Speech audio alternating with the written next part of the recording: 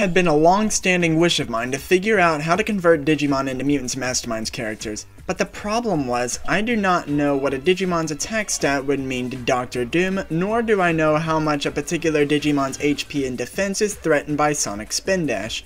In fact, I can't even say with certainty that all Digimon have been part of a game that uses an RPG stat system. However, after the Bulbasaur video, I woke up with a grand epiphany. Digimon Data Squad, Episode 1. An Agumon fought a human to a standstill without using pepper breath. Better yet, a human who had knocked out a dozen or so secret agent types in the same day. One we can call nearly peak human. In other words, we can call Agumon's attack, defense, and HP nearly peak human as well. Now I have all I need.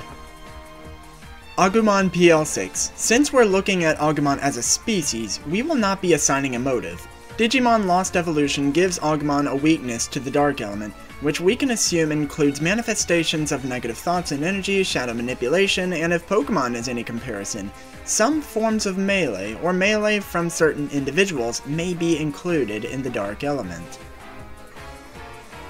Now, Data Squad gave us no reason to believe that that human was the ultimate human fighter. If nothing else, he was still one step behind his father. Therefore, Agumon's stats can't be 7 after his innate shrinking is calculated. According to Cyber Sleuth, his attack is higher than his defense, hence the difference between strength and stamina.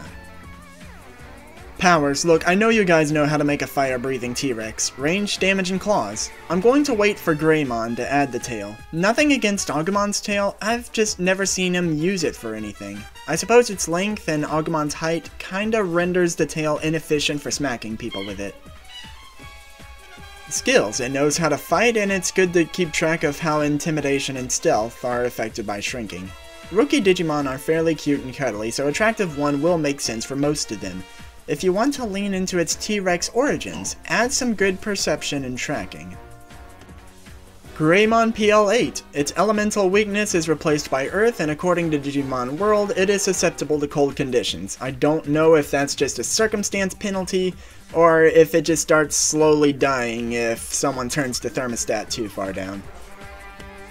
These new numbers are loosely based on how much its stats rise from Agumon. It was a bit tricky to making sure its defenses were boosted in this form, considering we've gone from innate shrinking to innate growth. Told you I'd give him his tail back. Okay, the only thing that's actually new here is the helmet. It's normally not calculated in-game, nor have I seen anyone make a big deal out of it in the anime. But I felt like this inherently calls for additional protection, if only around its precious few brain cells. Skills and advantages, it's not cute anymore. Metalgreymon PL 13. We're keeping our Earth elemental weakness, and everything I find pronounces it a cyborg. If I were the GM for any cyborg character, I would demand that being a cyborg is a complication in of itself. Some injuries and conditions may require a technology check in substitution of a treatment check, and sometimes both may be required. I bring you a tank. The tank flies. Additionally, you have new ranged options. Giga Destroyer. Mario-style bullet bills pop out of your chest. Trident Arm. Your hand is connected to your wrist by a cable, and you can shoot it forward. I chose 10 feet of reach, but given how big this thing is, it might actually be further. Chrome Digizoid Armor. For those of you new to Digimon entirely, you may read that as Adamantium. It is at this point I no longer care what Metalgreymon's defense is. The toughness of super alloys in Mutants and Masterminds is 20+. Therefore, the parts of its body that are coated with it must be able to make toughness checks starting at a minimum of 20. Your skills and advantages barely change, so we move on to Wargreymon PL 16. Same elemental complication, but we also take double damage if our own weapon is used against us. Which weapon? Hold on. First, let us appreciate how we begin to approach the physical attributes of a deity. You may have noticed that the effects of growth have reduced though. There's a simple explanation. We shrunk. The biggest punches don't always come from the biggest combatants.